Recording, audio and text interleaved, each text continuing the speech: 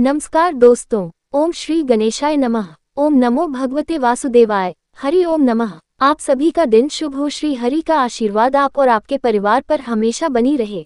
अब तो माधव मोही उबार दिवस बीते रैन बीती बार बार पुकार नाव है मझदार भगवन तीर कैसे पाए घिरी है घनघोर बदली पार कौन लगाए। हरे कृष्णा। आप सभी का दिन शुभ और मंगल में हो। आज आप सुनेंगे आषाढ़ मास महात्म में आगे की कथा। उससे पहले सुनिए भगवान शिव और देवी पार्वती की एक बहुत सुंदर कथा। एक बार भगवान शिव देवी पार्वती जी के साथ हरिद्वार भ्रमण पर थे। पार्वती जी ने वहां देखा कि सहस्त्र मनुष्य गंगा जी में स्नान कर हर हर गंगे कहते चले जा रहे हैं, परंतु सभी दुखी और पाप परायण है। तब देवी पार्वती जी ने बड़े आश्चर्य से भोलेनाथ से पूछा, हे देव, गंगा में इतनी बार स्नान करने पर भी इनके पाप और दुखों का नाश क्यों नहीं हुआ? क्या अब पवित्र गंगा जी में लोगों के पापों का नाश करने की शक्ति नहीं रही? तब भगवान शिव देवी पार्वती से कहने लगे, प्रिय, गंगा में तो आज भी वही शक्ति है, परंतु इन लोगों ने पापनाशिनी गंगा में स्नान ही नहीं किया है, तब भला इन्हें लाभ कैसे होगा? देवी पार्वती ने यह सुनकर बड़ा आश्चर्य किया। फिर पूछा, प्रभु, स्नान कैसे नहीं किया? मैं तो देख रही हूँ कि सभी तो गंगा से स्नान करके आ रहे हैं और अभी तक तो इनके शरीर भी गीले हैं। तब भगवान शिव ने कहा कि देवी, यह तो केवल जल में डुबकी लगाकर आ रहे हैं, मैं तुम्हें इसका रहस्य कल समझाओ। अगले दिन बड़े जोर की बरसात होने लगी। सारी गलियां कीचड़ से भर गई। एक चौड़े रास्ते में गहरा गड्ढा था, उसके चारों ओर कीचड़ ही कीचड़ भरा हुआ था। भगवान शिव ने अपनी माया से एक वृद्ध रूप धारण कर लिया और एक दिन विवश की तरह गड्ढे में जाकर ऐसे पड़ गए मानो कोई मनुष्य चलता हुआ गड्ढे में गिर पड़ा हो और निकलने का प्रयास करने पर भी निकल नहीं पा रहा हो। और भगवान शिव ने देवी पार्वती को गड्ढे से थोड़ी दूर यह समझाकर बिठा दिया कि देखो, आप लोगों को सुनो सुनो कर पुकारती रहना कि मेरे वृद्ध पति अचानक गड्ढे में गिर पड़े हैं, कोई पुण्यात्मा इन्हें निकालकर इनके प्राण बचाए और मुझ अबला की सहायता करे। भगवान शिव ने कहा कि देवी, जब कोई भी मुझे गड्ढे से निकालने के लिए तैयार हो तब तुम उनसे बस इतना कह देना कि मेरे पति सर्वथा निष्पाप हैं, इन्होंने अपने जीवन में कभी कोई पाप नहीं किया है, इसलिए इन्हें वही छुए जो स्वयं निष्पाप हो। अगर आपने अपने जीवन में एक बार भी कोई भी छोटे से छोटा पाप तक नहीं किया हो तभी मेरे पति को हाथ लगाना, नहीं तो हाथ लगाते ही आप भस्म हो जाएंगे। तथास्तु कहकर देवी पार्वती जी गड्ढे के किनारे बैठ गई और फिर आने जाने वाले लोगों को भगवान शिव की सिखाई हुई बात कहने लगी। उधर गंगा जी में नहाकर लोगों के समूह आ रहे थे। एक सुंदर युवती को यूं दलदल के पास बैठी देखकर कई लोगों के मन में पाप आ गया। कुछ लोग लज्जा के डर से डरे तो कुछ लोगों को धर्म का भय हुआ, कुछ लोगों को कानून से डर लगा, कुछ लोगों ने तो पार्वती जी को यह भी सुना दिया कि मरने दे उस बुढ़े को, अरे क्यों उसके लिए रो रही है। आगे और कुछ दयालु सच्चरित्र पुरुष भी थे, उन्होंने करुणा करके युवती के पति को निकालना चाहा, लेकिन जैसे ही उन्होंने उन वृद्ध को वहां से हटाना चाहा तभी देवी पार्वती के वचन सुनकर वे भी रुक गए कि जो निष्पाप हो केवल वही उन्हें छुए, नहीं तो वे भस्म हो जाएंगे। उन्होंने सोचा कि हम तो गंगा में नहाकर आए हैं तो क्या हुआ, पापी तो है ही, कहीं हाथ ना चल जाए, और इस प्रकार उन वृद्ध को निकालने के कारण कहीं इस स्त्री के कहे अनुसार हम खुद भस्म ना हो जाए। इस तरह सोचकर किसी की हिम्मत नहीं हुई कि वे उस वृद्ध को दलदल से बाहर निकाल पाए। सैकड़ों लोग आए और पूछकर चले गए। सुबह से शाम हो चली तब भगवान शिव ने देवी पार्वती से कहा, देखो आया कोई सच्चे हृदय से गंगा जी में नहाने वाला। तभी कुछ देर बाद एक जवान हाथ में लौटा लिए हर हर गंगे कहता हुआ वहां से निकला। देवी पार्वती ने उससे भी वही बात कही। उस नव युवक का हृदय करुणा से भराया, उसने भगवान शिव को उस गड्ढे से निकालने की तैयारी की। तभी देवी पार्वती ने उसे रोका और कहा कि भाई, अगर तुम पूरी तरह से निष्पाप हो तभी मेरे पति को छूना कर, क्योंकि अगर तुमने जरा भी पाप किया होगा तो मेरे पति को छूते ही तुम भस्म हो जाओगे। लेकिन उस नवयुवक ने बिना कोई संकोच के दृढ़ निश्चय के साथ माता पार्वती से कहा, माते, मेरे निष्पाप होने में तुम्हें संदेह क्यों होगा? आपको नहीं दिखता कि मैं अभी अभी गंगा जी में स्नान करके आया हूँ? गंगा जी में गोता लगाने के बाद कभी पाप रहते हैं भला? और आपके पति को मैं अभी तुरंत निकालता हूँ। कहते ही उस नवयुवक ने वृद्ध को गड्ढे से बाहर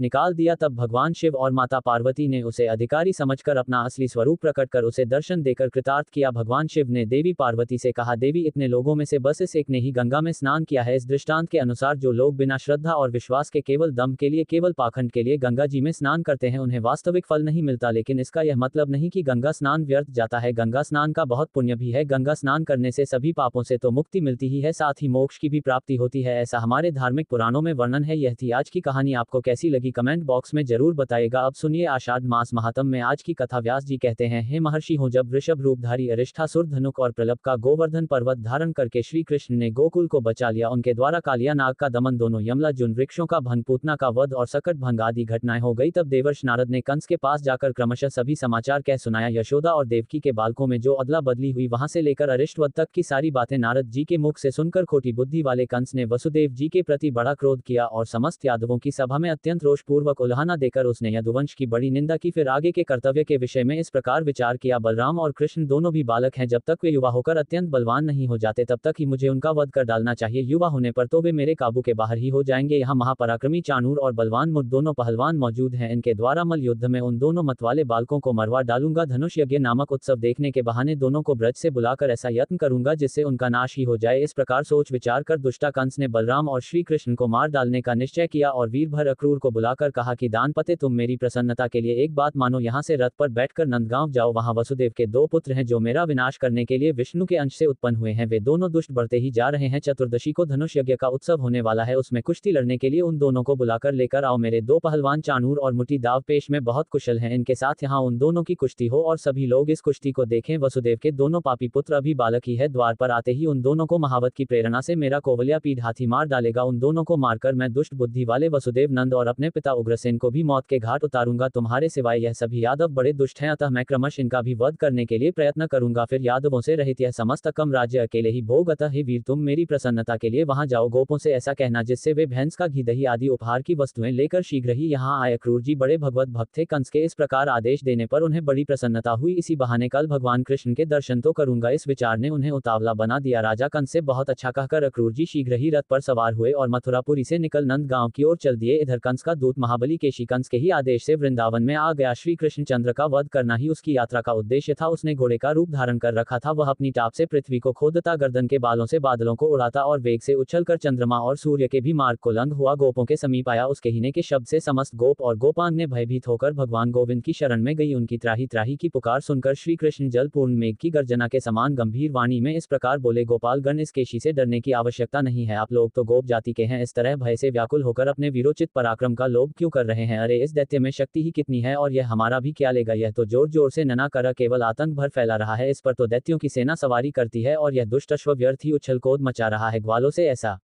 कहकर भगवान ने उस दैत्य से कहा, ओ दुष्ट, इधर आ, मैं कृष्ण हूँ। जैसे पिनाकधारी वीरभद्र ने पूछ के दांत तोड़ दिए थे, उसी तरह मैं भी तेरे सारे दांत किराए देता हूँ। ऐसा कहकर भगवान श्री कृष्ण केशी के सामने गए। वह दैत्य भी मुंह फैलाकर उनकी ओर दौड़ पड़ा। श्री कृष्ण ने अपनी बाह को बढ़ाकर दुष्ट केशी के मुंह में घुसे दिया। उससे टकराकर केशी के सारे दांत शुभ मेघ खंडों की भांति छिन्न भिन्न हो गए। श्री कृष्ण की भुजा केशी के शरीर में बढ़ती ही चली गई। जैसे अलनापूर्वक उपेक्षा किया हुआ रोग धीरे धीरे बढ़कर विनाश का कारण बन जाता है, वैसे ही वह भुजा भी उस दैत्य की मृत्यु का साधन बन गई। उसके जबड़े फट गए, वह मुख से झाग और रक्त फेंकने लगा। नस नाड़ियों के बंधन टूट जाने से और उसके दोनों जबड़े बिलग हो गए। वह धरती पर पैर पटकने लगा। उसका सारा शरीर पसीने से तर हो गया। वह थककर अपने प्राणों से हाथ धो बैठा। उसकी सारी हलचल समाप्त हो गई। जैसे बिजली गिरने से किसी वृक्ष के 2 टुकड़े हो जाते हैं, ठीक उसी प्रकार श्री कृष्ण की भुजा से वह महाभयंकर असुर 2 टुकड़े होकर पृथ्वी पर गिर पड़ा। केशी को मारने से श्री कृष्ण के शरीर में कोई थकावट नहीं हुई और बल्कि वे स्वस्थ रूप से हंसते हुए वहीं खड़े रहे। उस दैत्य के मारे जाने से गोप और गोपियों को बड़ी प्रसन्नता हुई। वे श्री कृष्ण को सभी ओर से घेरकर आश्चर्यचकित होकर उनकी स्तुति करने लगे। इसी समय देवर्ष नारद बड़ी उतावली के साथ वहां आए और बादलों में स्थित हो गए। केशी को मारा गया देख वे हर्ष से फूले नहीं समाते थे। देवर्षि नारद कहने लगे, नारायण नारायण, हे जगन्नाथ, आपको धन्यवाद है। हे अच्युत, आपने खेल ही खेल में इस केशी को मार डाला है। यह देवताओं को बड़ा क्लेश दिया करता था। मधुसूदन, आपने इस अवतार में जो जो महान कर्म किए हैं उनमें मेरे चित्त को बड़ा आश्चर्य और संतोष हुआ है। यह अश्वरूदन जब गर्दन के बालों को हिलाते और हिना हुए आकाश की ओर देखा करता था, उस समय देवराज इंद्र और संपूर्ण देवता भी थर्रा उठते थे। हे जनार्दन, आपने दुष्टा कमाट होगा। हे धरणीधर उग्रसेन कुमार कंस जब अपने अनुचर सहित मारा जाएगा, उस समय पृथ्वी का भार आप सब कुछ उतार देंगे। उसके बाद भी राजाओं के साथ आपके अनेक युद्ध हमें देखने को मिलेंगे। हे गोविंद, आपने देवताओं का बहुत बड़ा कार्य सिद्ध किया और मुझे भी बहुत आदर दिया। आपका कल्याण हो, अब मैं जाता हूँ। नारायण नारायण, ऐसा कहकर देवर्ष नारद चले गए। तब श्री कृष्ण अत्यंत सौम्य भाव से ग्वालों के साथ गोकुल में चले आए। हरे कृष्णा, आज की कथा में बस इतना ही। इसके आगे का वृतांत आप सभी आने वाले अध्याय में सुनिए। सभी भक्तगण बोलिए विष्णु भगवान की जय। अगर आपको ये कथा प्रसंग अच्छी लगी हो तो ऐसी ही और धार्मिक कथा प्रसंग को सुनने के लिए आप हमारे YouTube चैनल को सब्सक्राइब, लाइक और ज़्यादा से ज़्यादा लोगों के साथ शेयर करें। अपने विचार हमें कमेंट बॉक्स में जरूर भेजें। धन्यवाद।